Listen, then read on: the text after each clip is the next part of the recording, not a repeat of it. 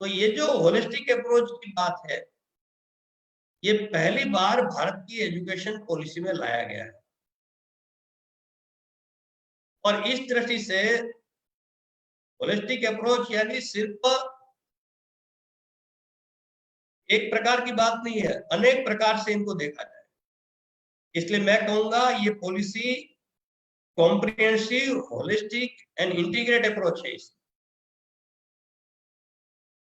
इसमें बालक के जन्म से लेकर शोध पीएचडी तक का एक कॉम्प्रिहेंसिव विचार किया गया। यानी 0 से 3 इयर्स का बालक जो होगा, उसके डेवलपमेंट के लिए क्या क्या बात होनी चाहिए, इसका भी सिलेबस बनेगा। वैसे हमारे देश में सिलेबस की आवश्यकता पहले नहीं थी, लेकिन आज हमारी भी सिचुएशन ऐसी हो गई है कि खास करके सिटीज एरिया में कि माता पिता, मदर फादर दोनों जॉब करते हैं, तो किसी के पास टाइम नहीं है। तो छोटे बच्चों का किस प्रकार की प्रॉपर्ली डेवलपमेंट करना चाहिए। दूसरा वर्ग हमारा ऐसा है कि बहुत बेचारा झुग्गी झोपड़ी में गरीब स्थिति में रह रहा है, तो उनके पास भी वो टाइम नहीं है।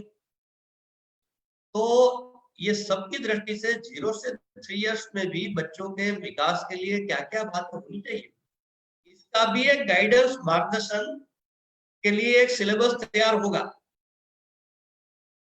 क्योंकि छोटा बालक है, वो सिर्फ एक फैमिली का बालक नहीं है, वो देश का बालक है। उनका डेवलपमेंट में देश का डेवलपमेंट निहित है। इसलिए ये बालक के विकास के बारे में भी इस पॉलिसी में विचार रखा गया है। सेकंडली, जो आपका पहले हमारा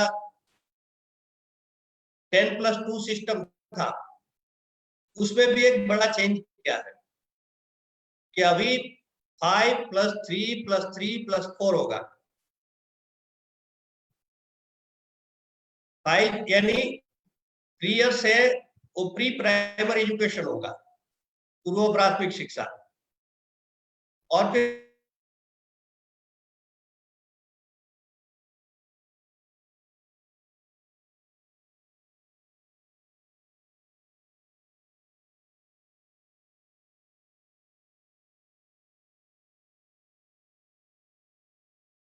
फर्स्ट और सेकंड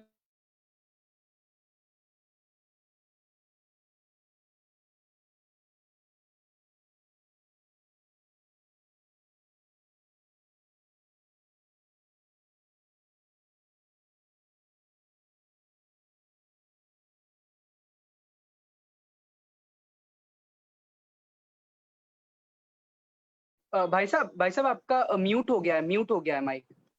हाँ जी,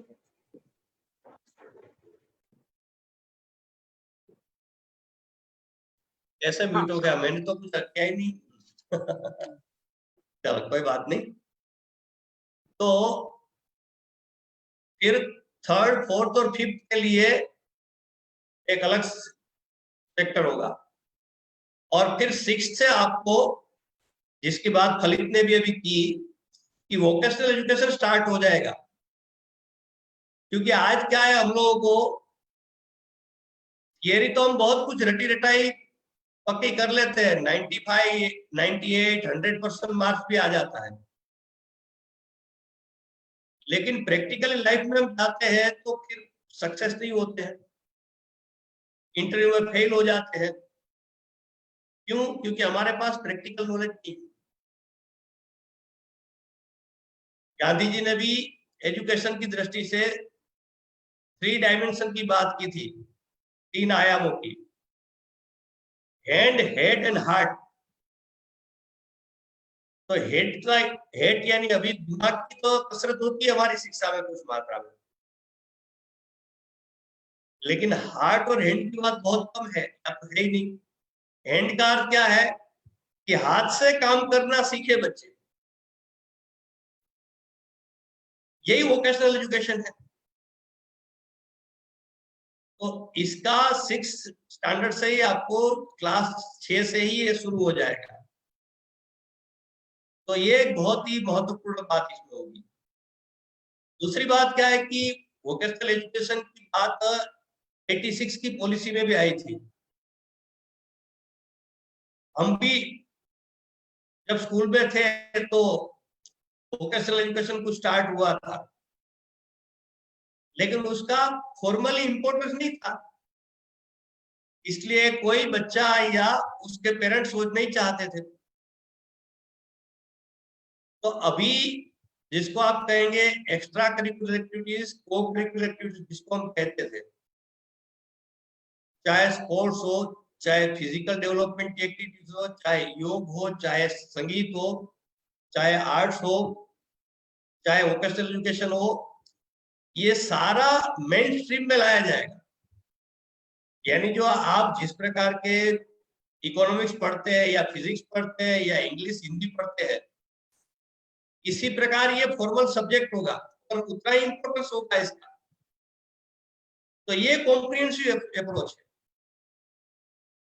कि बच्चों का टोटालिटी में डेवलपमेंट भी हो, बच्चों को प्रैक्टिकल एजुकेशन भी मिले और साथ साथ थियरी भी बच्चे सीखे। तो ये भी एक इंटीग्रेटेड होलिस्टिक अप्रोच है।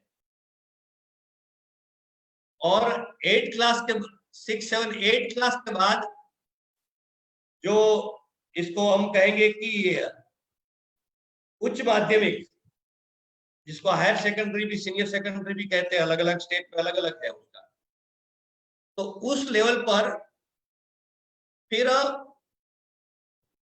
जो एक फील्ड वर्क है, प्रोजेक्ट वर्क है, उसके एक्सपीरियंस की बात भी जुड़ेगी साथ साथ कि उस स्कूल को, उस विद्यालय को ITI, पॉलिटेक्निक, इस प्रकार की जो जहां प्रैक्टिकल नॉलेज आपको देखने को मिलेगा, सीखने को मिलेगा, इसके साथ उनका कोलैबोरेशन किया जाएगा, जिससे उसका भी बच्चों को स्कूल लेवल से एक्सपीरियंस मिले। दूसरा जो एजुकेशन में ऑटोनॉमी की बात है, तो ऑटोनॉमी का अप्रोच यानी क्या है?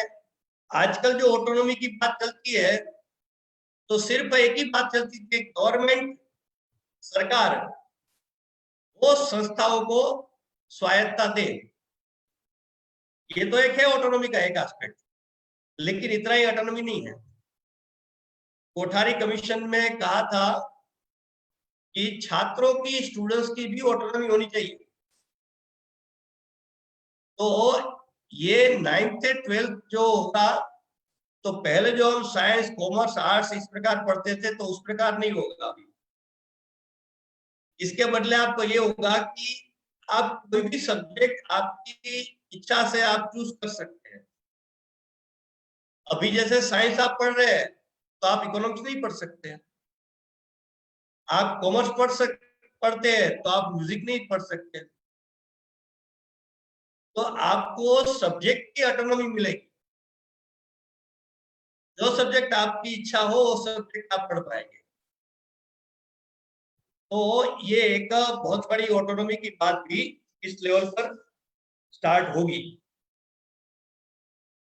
दूसरा, जिस प्रकार की पूरे वर्ल्ड की सिचुएशन है अभी, और ये जो खास करके चीनी कोरोना वायरस के कारण जो सिचुएशन हुआ है, तो बच्चे बहुत सारे टेंशन में हैं। हेल्थ का प्रॉब्लम बहुत ज्यादा है। भविष्य के, फ्यूचर के, हमारा करियर का क्या होगा, हमारे स्टडी का क्या होगा, ये भी एक कंफ्यूजन है।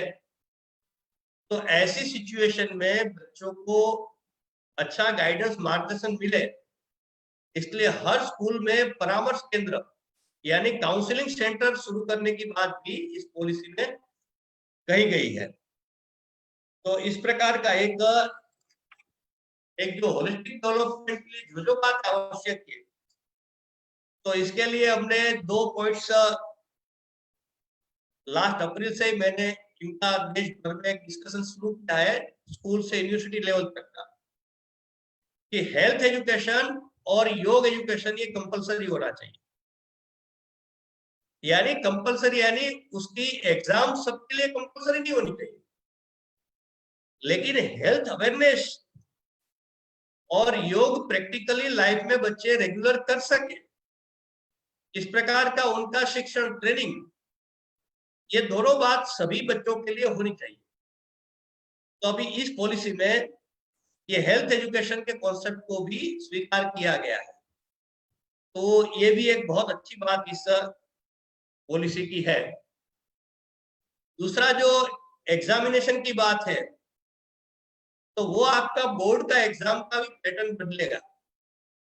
अभी मैक्सिमम स्टेट में, अधिकतर राज्यों में बोर्ड की एग्जाम एक बार होती है, तो अभी एग्जाम बोर्ड की एग्जाम 2 बार होगी आगे आपके लिए, तो ये भी एक चांस आपको मिलेगा। दूसरा जो अभी एक रटन प्रक्रिया से हम एग्जाम देते हैं, उसमें चेंज होगा, उसमें ऑब्जेक्टिव, सब्जेक्टिव, थियरी, इन सब का कॉम्बिनेशन होगा, तो ये एग्जाम पैटर्न भी आपका भविष्य में चेंज होने वाला है। दूसरा है कि स्टूडेंट्स के परफॉर्मेंस के आधार पर उनका इवैल्यूएशन भी होगा, तो उसमें लाइफ स्किल की जो बात है, तो लाइफ स्किल का भी पार्ट एक रहेगा, और उसके लिए नैतिक मूल्य, संवैधानिक मूल्य और अधिकारों की बात तो सब जगह होती है, लेकिन कर्तव्य, मौलिक कर्तव्य की बात भी इसमें साथ साथ जुड़ेगी, और एनवायरमेंट एजुकेशन, ये सब बातें इसमें जोड़ा जाएगा। और जो आपका असेसमेंट होगा, उसमें 3 प्रकार असेसमेंट होगा कि एक स्टूडेंट, छात्र स्वयं अपना मूल्यांकन करे, दूसरा उनके पीयर्स ग्रुप के द्वारा उनका मूल्यांकन, आपके जो सहयोगी छात्र हैं उनके द्वारा, और आपके टीचर्स के द्वारा, ये तीनों के द्वारा आपका असेसमेंट होगा। लेकिन एक बात उसमें जोड़नी चाहिए, मैं सजेशन दूंगा अभी पॉलिसी लेवल पर, कि पेरेंट्स के द्वारा भी इवैल्यूएशन होना चाहिए, क्योंकि एजुकेशन के 3 जो डायमेंशन है, 3 आयाम प्रमुख है, उसमें छात्र, टीचर्स एंड स्टूडेंट्स, सॉरी, छात्र, शिक्षक और पेरेंट्स, अभिभावक, ये 3 आयाम है शिक्षा का। ये तीनों आयाम जब तक ये त्रिकोण इकट्ठा नहीं होता है, तब तक एजुकेशन कंप्लीट नहीं होता है। तो इसलिए इवैल्यूएशन में एक ये जो बात ऐड करनी है मेरी ओर से, ये हम लोग सुझाव देंगे कि इसको इसमें ऐड करना चाहिए। दूसरा, आप जब हायर लेवल पर जाएंगे, तो उसमें भी काफी ऑटोनॉमी की बात की है। अभी जो आप एडमिशन लेते हैं, कि आपने मान लो कि कॉमर्स कॉलेज में एडमिशन ले लिया, और फर्स्ट ईयर के बाद आपको लगता है कि भाई ये कॉमर्स में नहीं हमारा जमेगा, अभी मुझे आर्ट्स में जाना है, तो आज चेंज नहीं कर सकता, लेकिन अभी आपको अनुमति रहेगी, परमिशन रहेगी कि आप फैकल्टी भी चेंज बीच में से कर सकते हैं। ये एक सिस्टम है। दूसरा है कि मान लो कि बहुत सारे छात्रों को कहीं कभी प्रॉब्लम आ जाता है, किसी को फैमिली प्रॉब्लम आ जाता है, फाइनेंशियल प्रॉब्लम आ जाता है, हेल्थ का प्रॉब्लम आता है, तो बीच में से छोड़ देता है वो एजुकेशन। तो मान लो आपने फर्स्ट ईयर में, कॉलेज के फर्स्ट ईयर में आपने शिक्षा छोड़ दी, तो आप फिर अभी की सिस्टम में आप फिर जब ज्वाइन करने जाएंगे, तो फिर आपको फर्स्ट ईयर से ज्वाइन करना पड़ेगा। लेकिन अभी आप 5 साल के बाद भी डायरेक्टली सेकंड ईयर में एडमिशन मिलेगा आपको, कि आपका फर्स्ट ईयर हो गया है। दूसरा, कि आप फर्स्ट ईयर के बाद शिक्षा छोड़ देना चाहते हैं, अभी नहीं पढ़ाई करनी मुझे, तो आपको 1 साल का भी सर्टिफिकेट मिलेगा।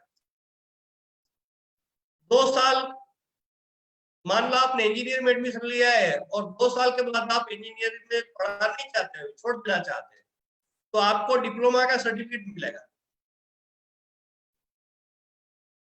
इसी प्रकार हायर एजुकेशन में डिग्री लेवल पर 2 विकल्प आपके सामने रहेगा, कि आप 3 साल डिग्री करके फिर आप पढ़ाई छोड़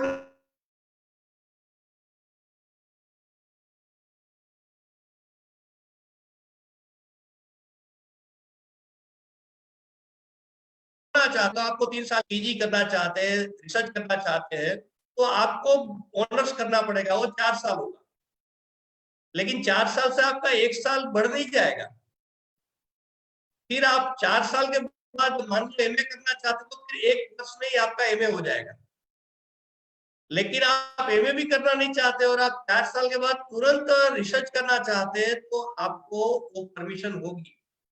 आज क्या है कि रिसर्च करना है तो पीजी करने के बाद ही आपको रिसर्च की अनुमति है। तो इसके बदले ऑनर्स करने के बाद 4 साल का फिर आपको डायरेक्टली आप रिसर्च कर सकते हैं। तो ये भी एक काफी फ्लेक्सिबिलिटी, ऑटोनॉमी आपको इसमें रखी गई है।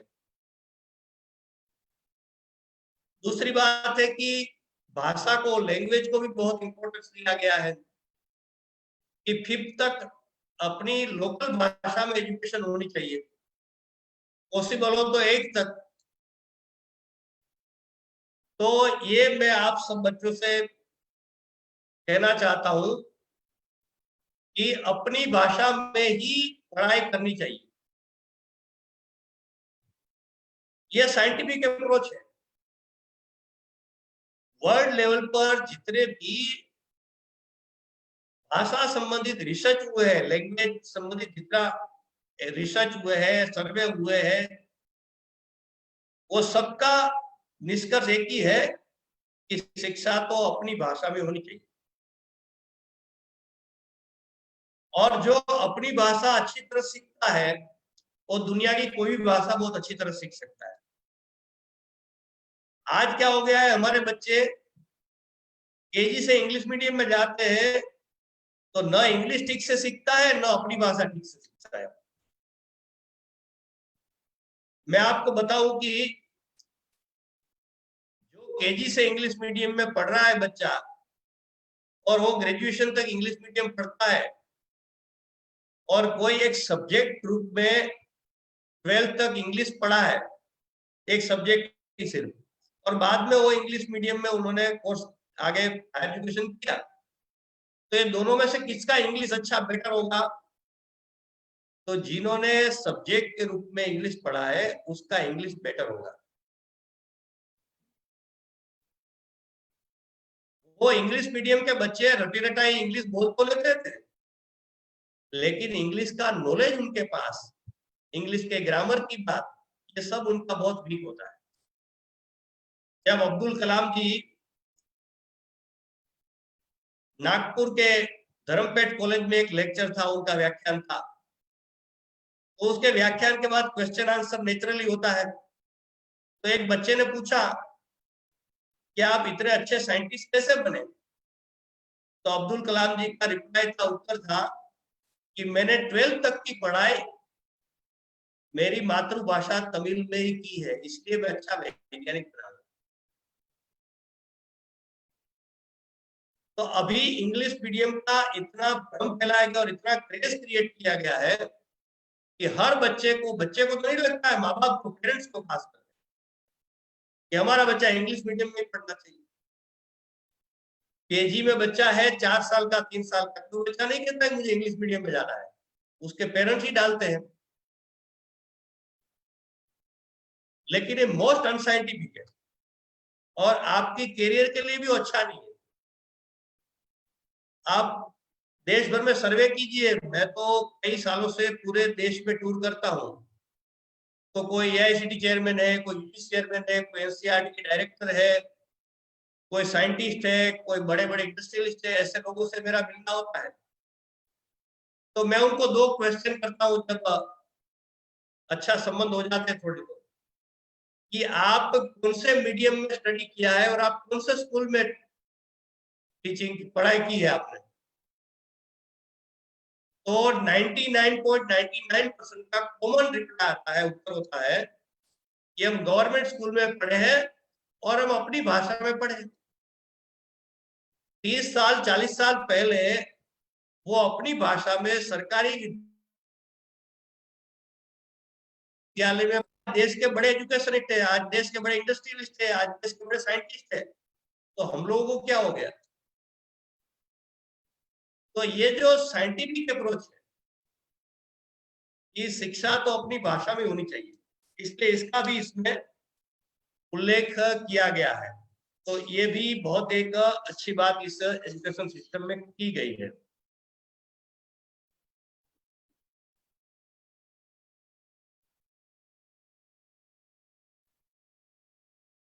एक हायर एजुकेशन लेवल पर क्वालिटी इंप्रूवमेंट के लिए नेशनल रिसर्च फाउंडेशन, इसका एक प्रावधान रखा गया है कि रिसर्च को प्रमोट करने के लिए, बढ़ावा देने के लिए, हमारा देश का रिसर्च आज बहुत पुअर है, हम बहुत वर्ल्ड लेवल पर बहुत पिछड़ रहे हैं रिसर्च में। तो इसलिए रिसर्च को प्रमोट करने के लिए एक नेशनल लेवल पर रिसर्च फाउंडेशन की बात भी इसमें कही गई है। साथ साथ हमारा जो ट्रेडिशनल नॉलेज है, यानी भारतीय ज्ञान है, इसको बढ़ावा देने की बात भी इसमें कही गई है। आज क्या है कि हमारा भारतीय नॉलेज है वो आज हमारे सिस्टम में कहीं नहीं है। एग्जाम्पल के लेना है तो दुनिया का बेस्ट मैथमेटिशियन श्रीनिवास रामानुजन, जिन्होंने 3 हस्तलेख की डायरी की थी, वो बाद में Tata institute social science institute ने उसको प्रिंट किया। जो 3 बुक्स है उसका सॉल्यूशन वर्ल्ड के कोई मैथमेटिशियन अभी लास्ट 150 इयर्स में नहीं कर सके। इतना ग्रेट मैथमेटिशियन रामानुजन, लेकिन हमारे सिस्टम में रामानुजन कहीं नहीं है। वो रामानुजन हो, वो विवेकानंद हो, वो अब्दुल कलाम हो, ऐसे जो हमारे ग्रेट लोग हैं, उनका नॉलेज है वो आज हमारे सिस्टम में नहीं है।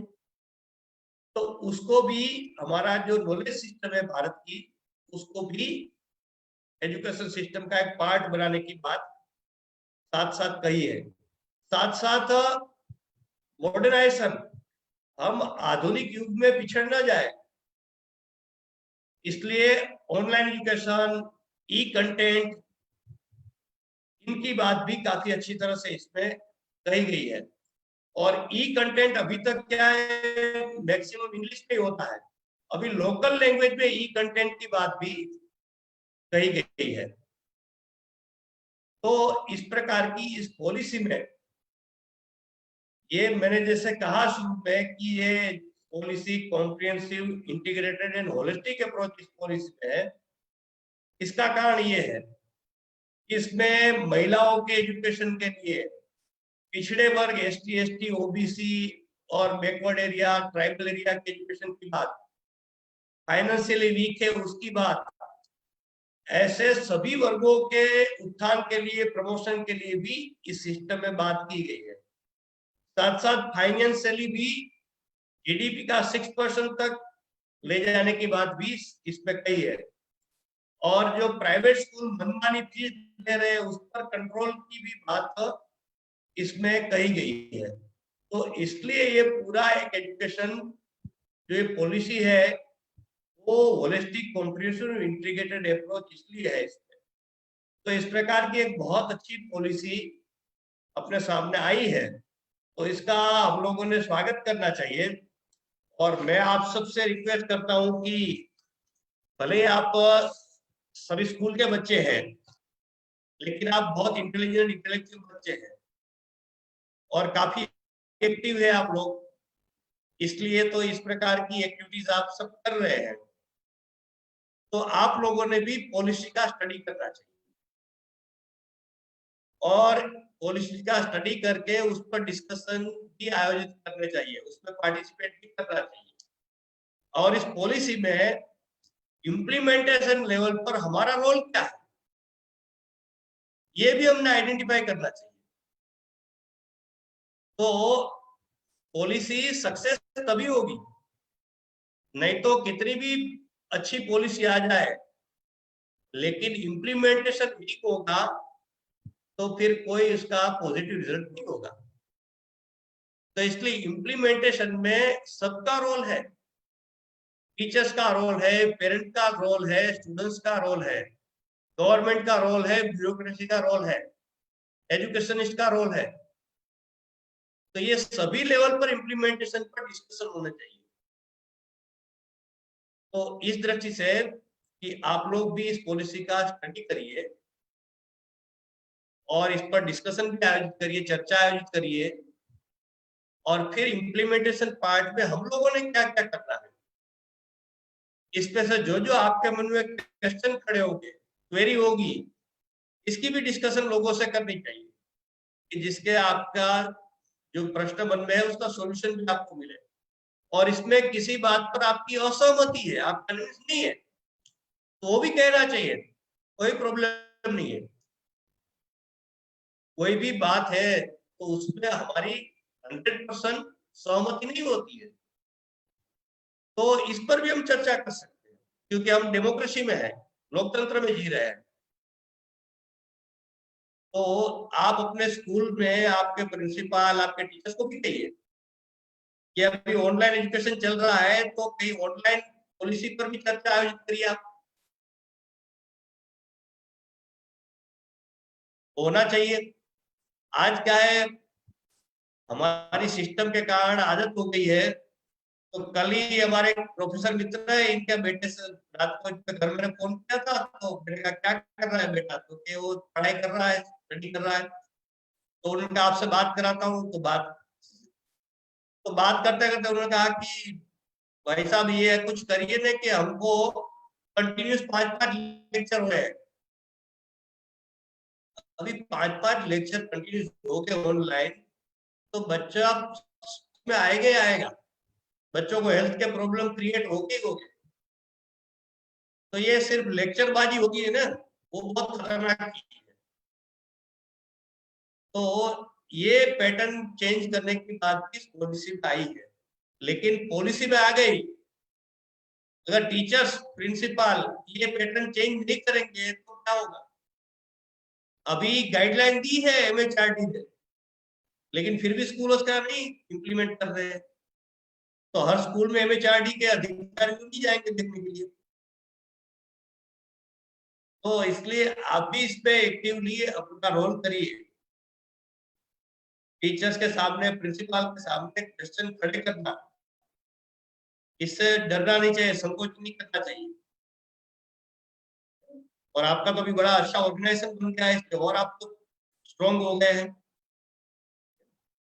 तो इस दृष्टि से आप पॉलिसी पर भी इस प्रकार आप लोग काम करें, इस पर स्टडी करें, इस पर डिस्कशन करें, इस पर क्वेश्चन करें, और इसके इम्प्लीमेंटेशन लेवल पर भी विचार करें। ऐसी आप सबसे प्रार्थना करके मेरी वाणी को विराम देता हूँ।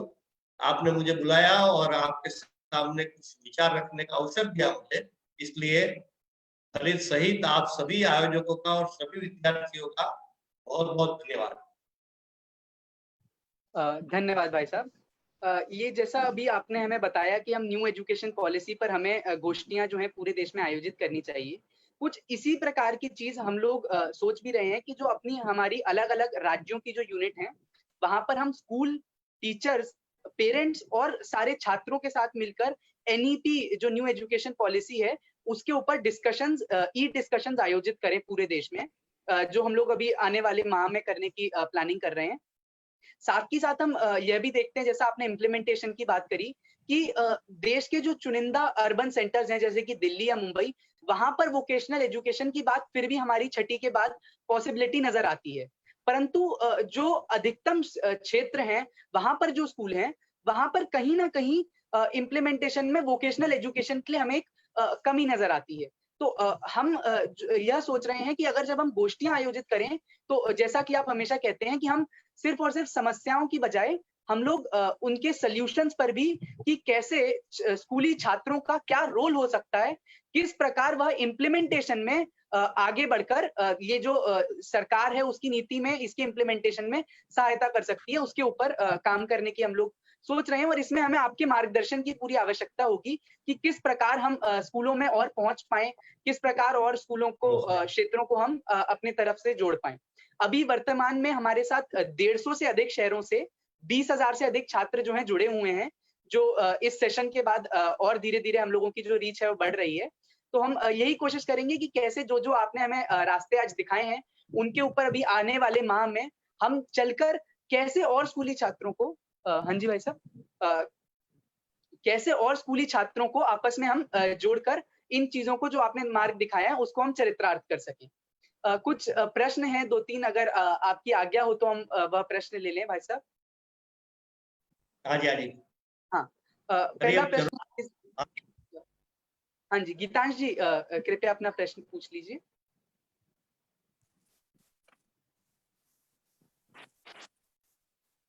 गीतांश आवाज जी नहीं आ रहा आपका, आप गीतांश जी अनम्यूट आपकी कर लीजिए आवाज नहीं पहले। आ रही है। गीतांश जी कृपया आवाज नहीं आ रही है आपकी इसमें। गीतांश जी बोल के देखिए प्लीज। भाई साहब मैं गीतांश जी का प्रश्न पूछ देता हूँ, वह गीतांश जी ने पहले ही हमें दे दिया था। तो गीतांश जी यह हाँ जी। पूछना चाह रहे थे कि यह जब हेलो। अब हेलो, हाँ जी Geetansh ji, hello Geetansh ji. Hello hello आई। हाँ हाँ हाँ भाई, जी बोलिए, आपकी अभी आवाज आ आवाज रही आ है। रही है आपकी। नमस्कार महोदय, मेरा नाम गीतांश शर्मा है और मैं स्टूडियो कलाकार का क्लब हेड हूँ। तो मेरा प्रश्न ये था आपसे कि जैसे 5वीं क्लास तक के बच्चों को उनकी क्षेत्रीय भाषा में पढ़ाने का नियम है, तो और हम जानते हैं कि हमारे देश में बहुत अनेकों प्रकार की भाषाएं हैं, तो हम पूरे देश को एक भाषा से कैसे जोड़ पाएंगे? बहुत अच्छा प्रश्न गीतांश आपने किया है। ऐसा आने की विविधता तो देश में रहेगी, क्योंकि हमारा देश बहुत बड़ा देश है।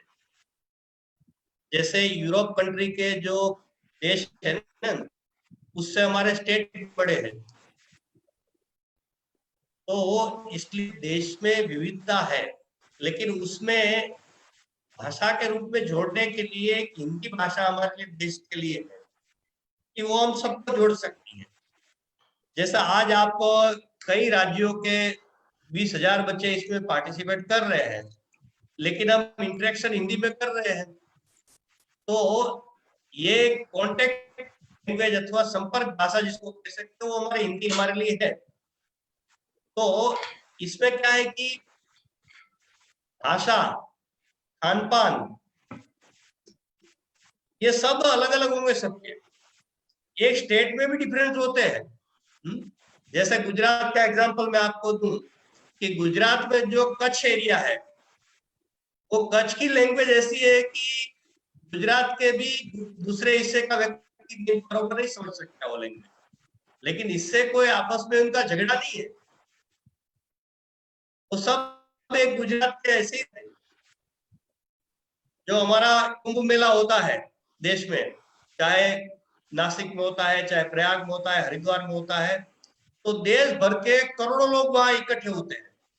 सबकी भाषा अलग अलग होती है, सबका खान पान अलग है, सबका ड्रेस अलग है, सब अलग है, लेकिन फिर भी सब एक आते हैं। तो ये विविधता है ना, ये विविधता, देश में विविधता से ही आनंद होता है। आप हर दिन मान लो आपको रोटी और बैंगन की सब्जी खाने को मिलेगी तो आपको अच्छा लगेगा क्या? आप क्या एक ही कलर के सारे फ्लावर होंगे, फूल होंगे तो हमको अच्छा लगेगा क्या? रोज एक ही प्रकार का ड्रेस 365 दिन 365 डेज पहनना अच्छा लगेगा क्या? तो ये जो विविधताएं है, ये कोई, इससे हमारा कोई झगड़ा नहीं है। मैं देश भर में घूमता हूँ कई सालों से, सब स्टेट में जाता हूँ, वहां की लैंग्वेज अलग अलग होती है, लेकिन हर स्टेट में मेरे फ्रेंड है। तो इसलिए उससे कोई हमारा देश एक नहीं हो सकता, ऐसा नहीं है। एकता ये मन का भाव है। तो इसको हम तो ये जो, इसलिए इसमें भाषा के रूप में संस्कृत, हिंदी और तीसरी आजकल इंग्लिश है, तो वो देश भर के लिए कॉमन है। तो उसके द्वारा हम इंटरेक्शन आपस में कर सकते हैं, कर रहे हैं हम लोग। तो इसलिए कोई इससे समस्या नहीं होगी, क्योंकि जो साइंटिफिक अप्रोच है उसके अनुसार हमें चलना है कि अनसाइंटिफिक अप्रोच से चलना है, ये बताइए। तो साइंटिफिक अप्रोच ये है कि शिक्षा मातृभाषा होनी चाहिए। इसका बहुत ही साइंटिफिक रीजन है कि बच्चा भाषा कब से सीखता है, कि अपने माँ के गर्भ में होता है, तब से बच्चा भाषा सीखना प्रारंभ करता है। फिर अपने जन्म के बाद घर में सीखता है, मोहल्ले में सीखता है, तो उनका नेचर है, वो नेचुरल है। तो नेचुरल से आप इननेचुरल में उनको ले जाएंगे तो वो सक्सेस नहीं होगा उनका। तो प्राथमिक शिक्षा एक लेवल पर मातृभाषा में हो, बाद में स्लोली जैसे हिंदी सब्जेक्ट आएगा, संस्कृत सब्जेक्ट आएगा, इंग्लिश आएगा, तो ये देश में इंटरेक्शन करने के लिए, देश को जोड़ने के लिए, देश और दुनिया के साथ जोड़ने के लिए ये अवसर है फिर अपने। बहुत बहुत धन्यवाद आपका भाई साहब। धन्यवाद भाई साहब। अभी जैसे आपने ये मातृभाषा में एजुकेशन की बात करी, तो यह मेरा प्रैक्टिकल एक्सपीरियंस भी है। जैसे अभी हम लोगों की हिस्ट्री बुक्स भी जिस प्रकार लिखी गई हैं, तो भारतीय इतिहास को जब हम अंग्रेजी भाषा में पढ़ते हैं तो बच्चे तो दूर की बात है, कई अध्यापकों को भी जो हमारे नेचुरल शब्द हैं, जो हम लोगों के नेचुरल शब्द हैं, नेचुरल चीजें हैं, वह भाषा से कनेक्ट ना होकर एक ऐसी स्थिति में पहुंच जाती हैं जहां पर हम खुद ही उस चीज को समझ नहीं पाते। और अभी अगर मैं खुद की भी बात करूं, तो जैसा हम लोगों ने 12वीं में पढ़ा, तो सारे सब्जेक्ट्स एक तरीके से इतने आसान हो जाते हैं अगर आप उन्हें हिंदी में पढ़ने लगते हैं।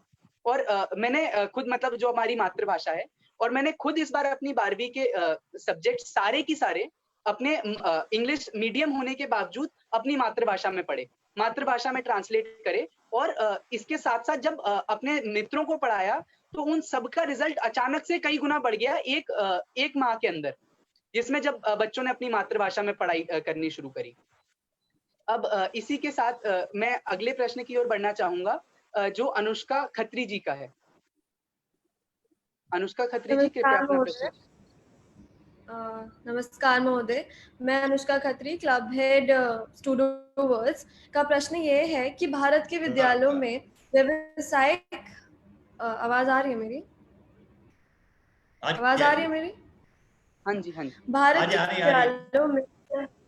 भारत के विद्यालयों में व्यावसायिक विषयों की सुविधाएं वर्तमान समय में काफी कम है। अगले स्तर में इनको लागू करने की कुछ योजनाएं बनाई गई हैं?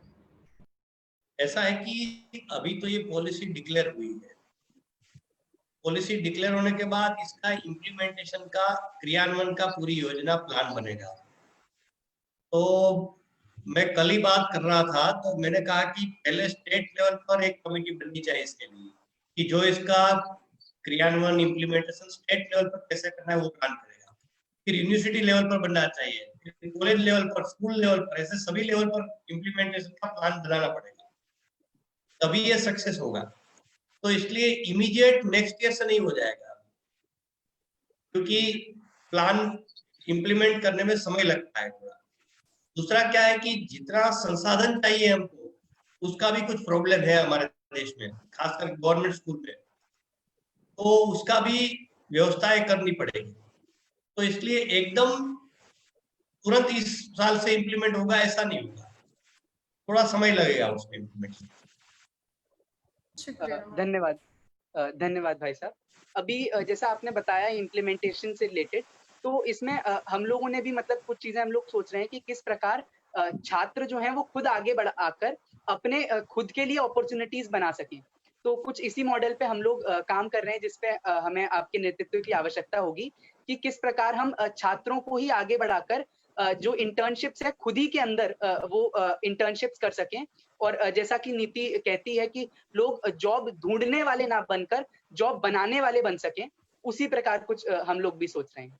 आखिरी प्रश्न, हाँ, आखिरी प्रश्न महोदय जो है वह श्रेया क्वात्रा जी का है। कृपया करके श्रेया जी से आग्रह है कि वह अपना प्रश्न पूछें। आदरणीय महोदय, मेरा नाम श्रेया क्वात्रा है, मैं स्टूडियो प्रकृति की सदस्य हूँ। मेरा सवाल यह है कि साइंस, कॉमर्स मेरा सवाल यह है कि साइंस, कॉमर्स एवं आर्ट्स के बीच का अंतर खत्म करने की बात की जा रही है, उसका स्कूली शिक्षा पर क्या प्रभाव पड़ेगा? इसका प्रभाव ये पड़ेगा कि जो बच्चों के इंटरेस्ट है वो विषय बच्चे पढ़ सकेंगे, पहली बात ये है। दूसरी बात ये है कि हमारे यहाँ सब्जेक्ट का जो कॉम्बिनेशन है, जैसे साइंस के बच्चे इकोनॉमिक्स नहीं पढ़ सकते हैं, तो इकोनॉमिक्स विषय ऐसा है कि हर व्यक्ति के जीवन का पार्ट होना चाहिए। लेकिन वो आज नहीं है। साइंस में मैनेजमेंट नहीं है, तो साइंस में स्टडी करके आगे कोई कंपनी में बड़े मैनेजर पद, एमडी के पद पर, सीईओ के पद पर व्यक्ति जाएगा और उसको मैनेजमेंट का एक्सपीरियंस नहीं होगा, नॉलेज नहीं होगा, तो कैसे वो सक्सेस होगा? तो आप अपनी भविष्य की करियर और आपका इंटरेस्ट, दोनों बात है, ये दोनों को ध्यान में रखकर सब्जेक्ट सिलेक्ट करेंगे तो आपकी लाइफ में बहुत आपको उपयोगी होगा। जैसे संगीत विषय है, तो संगीत हमने एकदम एक्स्ट्रा करिकुलर एक्टिविटीज में डाल दिया है, तो मैं कहता हूं कि संगीत बिना जीवन अधूरा है। हर व्यक्ति के जीवन का हिस्सा होना चाहिए संगीत, म्यूजिक, क्योंकि जब मान लो आप स्ट्रेस में आते हैं, कभी मान लो कि आपके घर में दो लोगों का, भाई बहन का या दो बहनों का झगड़ा हो गया, मान लो, होता है घर में, हम सब रहते तो होता है कभी कभी। तो उसके बाद क्या होता है, हम स्ट्रेस में आते हैं, मन में क्या विचार करते हैं, हाँ ये तो ऐसी ही है, ये हमेशा ऐसा झगड़ा करती है, उन्होंने भाई से भी ऐसा किया था, इनको सबक सिखाना चाहिए, स्ट्रेस बढ़ता जाता है। ऐसा समय आप अगर म्यूजिक सुनेंगे, जो आपको अच्छा म्यूजिक लगता है, तो धीरे धीरे आप शांत हो जाएंगे और आपका स्ट्रेस समाप्त हो जाएगा। तो ऐसे जो भी आपके इंटरेस्ट के विषय है, आपका विषय इंटरेस्ट का पेंटिंग्स भी हो सकता है, आपका इंटरेस्ट योगा भी हो सकता है, कोई भी हो सकता है। तो व्यक्ति के इंटरेस्ट सब्जेक्ट में अगर उनको ऑप्शन मिलता है, उसको चांस मिलता है, तो सिर्फ एक सब्जेक्ट में आगे नहीं बढ़ता है वो। जब इनके इंटरेस्ट का सब्जेक्ट मिलने से उस सब्जेक्ट में वो आगे बढ़ता है, तो उनका जीवन में आनंद आता है, उनका स्ट्रेस कम हो जाता है, तो फिर वो नेचुरली बाकी सब्जेक्ट में भी ग्रो करता है। तो इस तरह से एक ओवरऑल डेवलपमेंट के लिए और आपके करियर की दृष्टि से, दोनों दृष्टि से यूजफुल होगा। धन्यवाद। धन्यवाद भाई साहब। ये आज रिद्या जी प्लीज। मैं हमारे माननीय मुख्य अतिथि महोदय जी का धन्यवाद करना चाहूंगी हमारे जिज्ञासु मन के सवालों के उत्तर देने के लिए, और मैं आपका एक बार फिर से धन्यवाद करना चाहूंगी इतने अद्भुत सत्र के। धन्यवाद। अब मैं हमारे संस्थापक महोदय से अभिनंदन के लिए आमंत्रित करना चाहूंगी। मैं तहे दिल से भाई साहब का धन्यवाद करना चाहता हूं कि आज हम सभी के साथ वह जुड़े और हम सभी का मार्गदर्शन किया, हमें एक राह दिखाई जिस पर हम आने वाले समय में पूरी कोशिश करेंगे कि हम उस राह पर सही तरीके से चल पाएं जो रास्ता आपने दिखाया है, और कहीं ना कहीं इम्प्लीमेंटेशन में, न्यू एजुकेशन पॉलिसी की इम्प्लीमेंटेशन में गोष्ठियां आयोजित कर पाएं, स्कूली छात्रों को इसकी इम्प्लीमेंटेशन से जोड़ पाएं और यह इंश्योर कर पाएं कि यह जो इतनी अच्छी पॉलिसी सरकार लेकर आई है, जिसमें आपका भी काफी समय से योगदान रहा है, हम भी आपके साथ जुड़े रहे थे, तो कैसे उसे हम लोग आगे बढ़ के सही तरीके से इम्प्लीमेंट कर पाएंगे। और आपके मार्गदर्शन की हमें पुनः आवश्यकता पड़ेगी, तो आशा करते हैं कि आप हमारे साथ जुड़े रहें।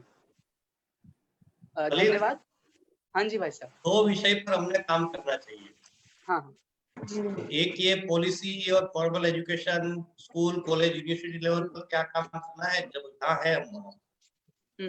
दूसरा, हमने पर्सनल लाइफ को कैसे हमने अच्छी बनाना है, हमारा व्यक्तित्व, हमारा पर्सनालिटी, ये कैसे हम इसको बहुत ही एक होलिस्टिक लेवल पर एक बेस्ट हमारा पर्सनालिटी बना सकते हैं, ये दोनों लेवल पर अपनी संस्था ने काम करना चाहिए।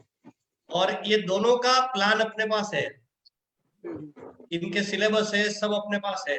शिक्षा संस्कृति उत्थान न्यास ने इस पर काफी काम किया है। तो ये शिक्षा संस्कृति उत्थान न्यास के साथ आप एफिलिएट होकर ये दोनों प्रकार के कामों का प्लानिंग करके बहुत अच्छी तरह से उसमें सारे बच्चों को आगे बढ़ाने की योजना हम कर सकते हैं। धन्यवाद भाई साहब। तो इस मीटिंग के बाद मैं अवश्य आपके साथ जुड़कर इसके साथ कैसे हम लोग होलिस्टिक एजुकेशन के ऊपर जो आपने बताया है उसके ऊपर स्कूल स्टूडेंट्स के साथ हम कैसे काम कर सकते हैं, इसके ऊपर अवश्य हम इस मीटिंग के बाद काम करते हैं। धन्यवाद भाई साहब। बहुत इसी के साथ मैं ऑफिशियली इस सेशन को अंत करता हूँ।